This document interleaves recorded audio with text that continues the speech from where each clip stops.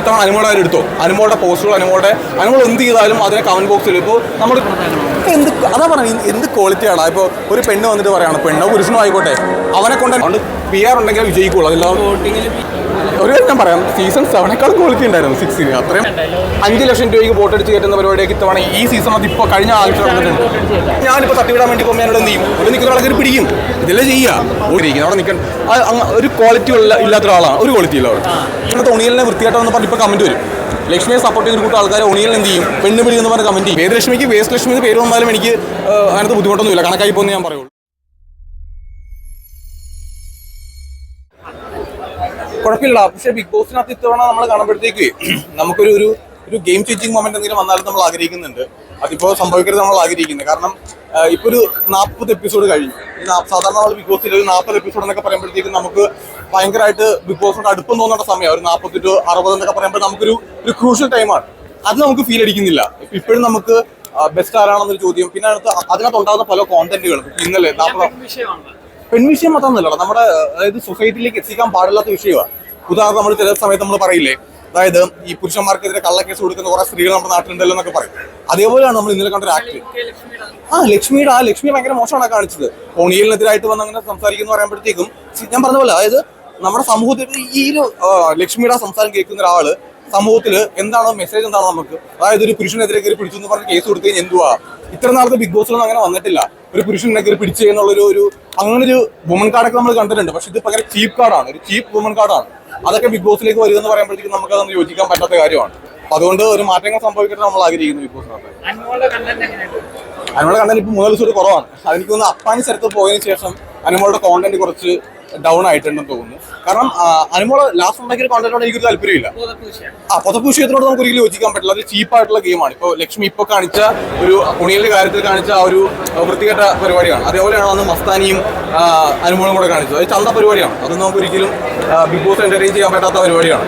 അപ്പോൾ അത് ഒഴിച്ചു നിർത്തി കഴിഞ്ഞാൽ അനുമോളോടെ കോണ്ടന്റ് ഉണ്ടാക്കുന്നുണ്ടായിരുന്നു. പക്ഷേ ഇപ്പോൾ കുറച്ച് ദിവസമായിട്ട് അനുമോളത്തോടെ വലിയ കോണ്ടന്റുകൾ വരുന്നില്ല. മേ ബി അത് മാറുമായിരിക്കാം.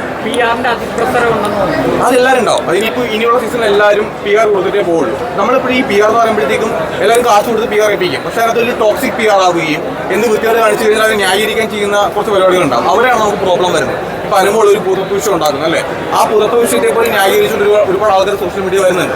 ഇതിപ്പോൾ ഇന്നലെ ലക്ഷ്മി സംസാരിച്ച കാര്യമുണ്ട്. ലക്ഷ്മി ഇപ്പോൾ ആദ്യം ഉറക്കിയത് സംസാരിച്ച കാര്യമാണെങ്കിലും ശരി, ഇന്നലെ ഒണിയിലെതിരെ സംസാരിച്ച കാര്യമാണെങ്കിലും ശരി, അത് ഭയങ്കര ചീപ്പാണ്. അതിനെ സപ്പോർട്ട് ചെയ്തുകൊണ്ട് അവരുടെ PR ടീം വരുന്നുണ്ടെങ്കിൽ അതിനൊരു നമുക്ക് വൃത്തിയാണെന്ന് പറയാൻ പറ്റുള്ളൂ. ഇവിടെ എവിടെ വെറുതെ പറയുന്നില്ല. അതായത് നമുക്ക് എന്റർടൈൻ ചെയ്യാൻ പറ്റില്ല. ആ കാര്യങ്ങളൊന്നും നമുക്ക് സപ്പോർട്ട് ചെയ്യാൻ പറ്റില്ല. അത് ചന്തത്തരം, ഊളത്തരം പറയാൻ പറ്റും. ഞാൻ ഇങ്ങനെയുള്ള മത്സരങ്ങളൊന്നും കൊണ്ടുവരില്ല.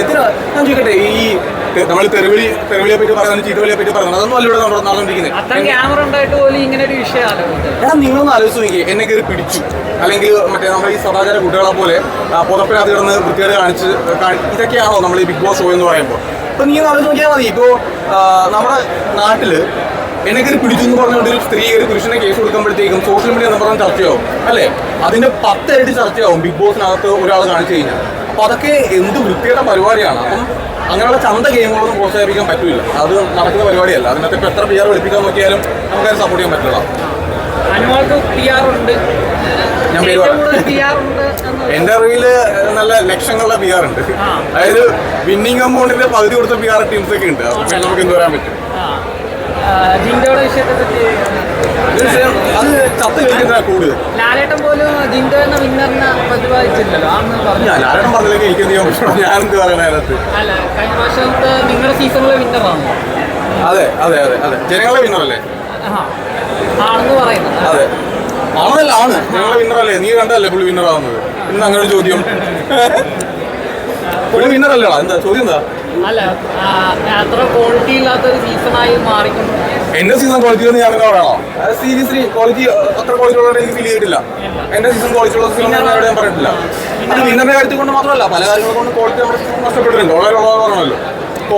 പക്ഷേ ഒരു കാര്യം ഞാൻ പറയാം, സീസൺ 7 ക്വാളിറ്റി ഉണ്ടായിരുന്നു 6. അത്രയും പറയാം. ഏതാ ആർക്ക് PR ഉണ്ടായിരുന്നു? അത് ഞാനെന്റെ വീഡിയോ ഒക്കെ പറഞ്ഞുള്ളതല്ലേ PR ഉണ്ടെന്ന്.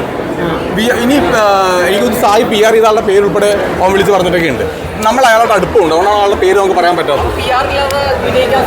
ഇല്ല പറ്റില്ല.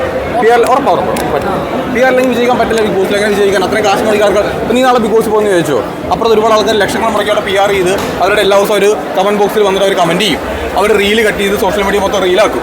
സോഷ്യൽ മീഡിയയിലെ പല പേജസ് ഉണ്ടല്ലോ, ആ പേജസിൽ എല്ലാ ദിവസവും പോസ്റ്റുകൾ വരും. അപ്പോൾ നമ്മൾ നോക്കുമ്പോഴത്തേക്കും എന്താ അവരുടെ കാര്യങ്ങളാണ് നിറഞ്ഞു നിൽക്കുന്നത് അല്ലേ? ഇപ്പോൾ ഇത്തവണ അനുമോളെ അവരെടുത്തോ, അനുമോളുടെ പോസ്റ്റുകൾ അനുമോൾ എന്ത് ചെയ്താലും അതിനെ കമന്റ് ബോക്സിൽ ഇപ്പോൾ നമ്മളൊരു വീഡിയോ ഇടുവാണ്, അനുമോളെ വിമർശിച്ച് വീഡിയോ ഇട്ട് കഴിഞ്ഞാൽ അതിന് തെറിവിളിയായിട്ടുണ്ട് ഒരു 100 കമന്റ്സ് വരും. അപ്പോൾ സ്വാഭാവികമായിട്ട് പോസിറ്റീവായിട്ട് കമന്റ് ചെയ്യാൻ നിൽക്കുന്ന ആൾക്കാർ എന്ത് ചെയ്യും? അവരിടൂല.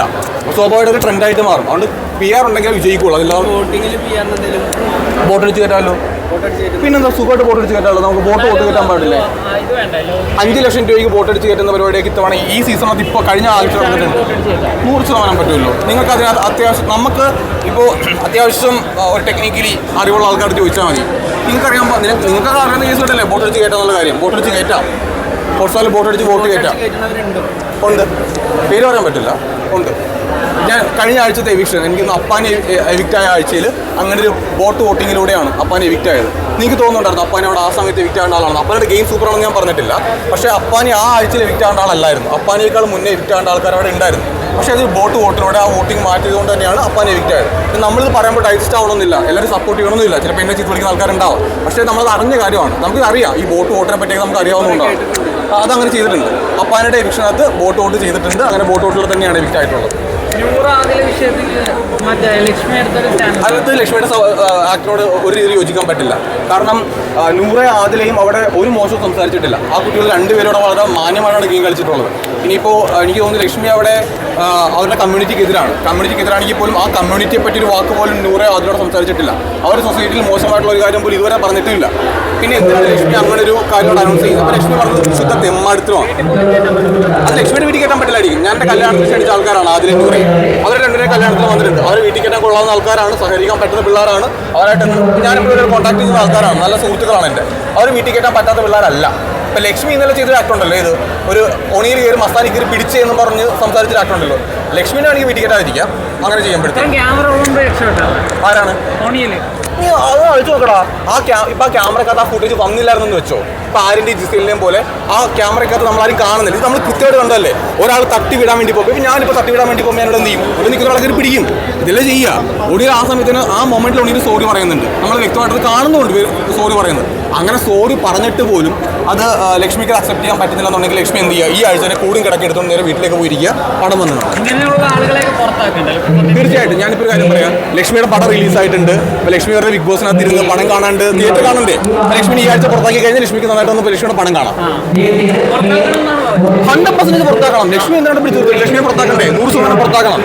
ആദ്യം നൂറയ്ക്കെതിരെ വൃത്തിയോട് വിളിച്ച് പറഞ്ഞു, ഓണിയിലെതിരെ വൃത്തിയോട് വിളിച്ച് പറഞ്ഞു. കണ്ടിന്യൂസ്ലി ഇതേപോലെ വൃത്തിയോട് വിളിച്ച് പറഞ്ഞ ആൾക്കാർ അവിടെ വിളിച്ച് സപ്പോർട്ട് ചെയ്യേണ്ട ആവശ്യമൊന്നുമില്ല. അതുകൊണ്ട് എന്തായാലും ലക്ഷ്മിയെ എവിക്റ്റ് ആവണമെന്ന് ഞാൻ ആഗ്രഹിക്കുന്നത്. അവിടെ നിൽക്കാൻ ഒരു ക്വാളിറ്റി ഇല്ലാത്ത ഒരാളാണ്. ഒരു ക്വാളിറ്റി ഇല്ല അവിടെ. വുമൺ കാർഡ് മാത്രമല്ല, നമ്മൾ ഈ പുരോഗമനവാദം എന്ന് പറയാറുണ്ടല്ലോ അല്ലേ? അത് നല്ല പുരോഗമനം. നമ്മൾ ഓരോ സീസൺ കഴിയുമ്പോഴും നമ്മുടെ സമൂഹത്തിൽ ചേഞ്ചസ് ഉണ്ടാവണം. ബിഗ് ബോസ് ലാലേട്ടൻ എപ്പോഴും എന്താ പറയുന്നത്? സമൂഹത്തിന്റെ പ്രതിഫലമാണെന്നല്ല പറയുന്നത്. സമൂഹത്തിന്റെ പ്രതിഫലനകത്ത് നമ്മൾ എപ്പോഴാണ് എപ്പോഴാണ് ഒരു പുരുഷൻ കയറി എന്നെ കയറി പിടിച്ച് അല്ലെങ്കിൽ അവളെ കയറി പിടിച്ചെന്ന് പറഞ്ഞൊരു പെണ്ണ് തന്നെ വന്ന് നിൽക്കുമ്പോഴത്തേക്കും അതിനെ നിങ്ങൾ ആരെങ്കിലും സപ്പോർട്ട് ചെയ്യുമോ? ഇപ്പം നിങ്ങൾ ഇത്രയും പേരില്ലേ, നിങ്ങൾ ആരെങ്കിലും കയറി ഒരു പെണ്ണ് കയറി പിടിച്ചെന്ന് പറഞ്ഞിട്ട് ഒരു കള്ളപ്പറ കൊടുത്ത് നിങ്ങൾക്ക് എന്ന് മാത്രം ഹേർട്ടാവും. അപ്പോൾ ലക്ഷക്കണക്കിന് കാണുന്ന ആൾക്കാർ നിങ്ങൾ ആലോചിക്കണം. ബിഗ് ബോസ് ഷോ എന്ന് പറയുന്നത് ഒരിക്കലും എപ്പിസോഡും ഏഷ്യാനെറ്റിൻ്റെ ഇതിലൂടെ മാത്രമല്ല, ആ സാധനം റീലായിട്ട് കട്ട് ചെയ്ത് മില്യൺസ് ഓടും. ശരിയല്ലേ? എത്ര ആൾക്കാർ കാണും? അപ്പോൾ അതിനകത്ത് ഒണിയലിനെ വൃത്തിയായിട്ടെന്ന് പറഞ്ഞ് ഇപ്പോൾ കമൻറ്റ് വരും. ലക്ഷ്മിയെ സപ്പോർട്ട് ചെയ്യുന്ന കൂട്ടം ആൾക്കാരെ ഒണിയലിന് എന്ത് ചെയ്യും? പെണ്ണ് പിടി എന്ന് പറഞ്ഞ് കമൻറ്റ് ചെയ്യും. ശരിയല്ലേ? അപ്പോൾ അങ്ങനെ വന്നു കഴിഞ്ഞാൽ എന്താവും? ഈ ബിഗ് ബോസിൽ എപ്പോഴും ഇപ്പോൾ ഞാൻ പണ്ട് കാട്ടുതീ എന്ന് പറഞ്ഞപ്പോഴത്തേക്ക് ഇപ്പോൾ നമ്മൾ കളിയായിക്കൊണ്ട് കാട്ടുതീ എന്ന് വിളിക്കാറുണ്ട്. ഇപ്പോൾ ഒണിയലിനെ ഇപ്പോൾ പെണ്ണ് പിടി എന്ന് പറഞ്ഞൊരു കമൻറ്റോട് ഇട്ട് കഴിഞ്ഞാൽ എത്ര ആൾക്കാർ അന്നത് വിളിക്കും? ശരിയല്ലേ? അതെന്ത് വൃത്തിയുടെ മോശമാണ്. ഇപ്പോൾ ഞാൻ കഴിഞ്ഞ ദിവസം മറ്റേ മസ്താനിൻ്റെ വീഡിയോക്കകത്ത് ചന്ത മസ്താനിൻ്റെ പേരിട്ടു. ഞാൻ ഇട്ടതാണ് ചന്ത മസ്താൻ എന്ന് പറഞ്ഞു. ഞാൻ നോക്കുമ്പോൾ കമൻറ്റ് ബോക്സിൽ ചന്ത മസ്താൻ എന്ന് പറഞ്ഞ കുറേ പേര് ഇടുന്നുണ്ട്. പിന്നെ വേദ് ലക്ഷ്മിനെ ഞാൻ വേസ്റ്റ് ലക്ഷ്മി എന്ന് വിളിച്ചു. മേ ബി അതൊരു പേരായിട്ട് മാറുമായിരിക്കും. അത് അവർക്കത് അർഹതയുണ്ട് കേട്ടോ. വേസ്റ്റ് ലക്ഷ്മിക്ക് വേസ്റ്റ് ലക്ഷ്മി എന്ന് പേര് വന്നാലും എനിക്ക് അതിനകത്ത് ബുദ്ധിമുട്ടൊന്നുമില്ല. കണക്കായി പോകുന്ന ഞാൻ പറയുള്ളൂ. അത്ര മോശമായിട്ടാണ് അവർ പെരുമാറിയിട്ടുള്ളത് അവിടെ. ചന്ത പരിപാടി അതാ പറയുന്നത്. എന്ത് ക്വാളിറ്റിയാണ്. ഇപ്പോൾ ഒരു പെണ്ണ് വന്നിട്ട് പറയുകയാണ്, പെണ്ണോ പുരുഷനോ ആയിക്കോട്ടെ, അവനെ കൊണ്ട് തന്നെ തല്ലിച്ചിട്ട് പുറത്താകണം എന്ന് പറഞ്ഞു കഴിഞ്ഞാൽ എന്താ ചന്ത പരിപാടി? അത്രേ ഉള്ളൂ. കോപ്പറേറ്റീവ്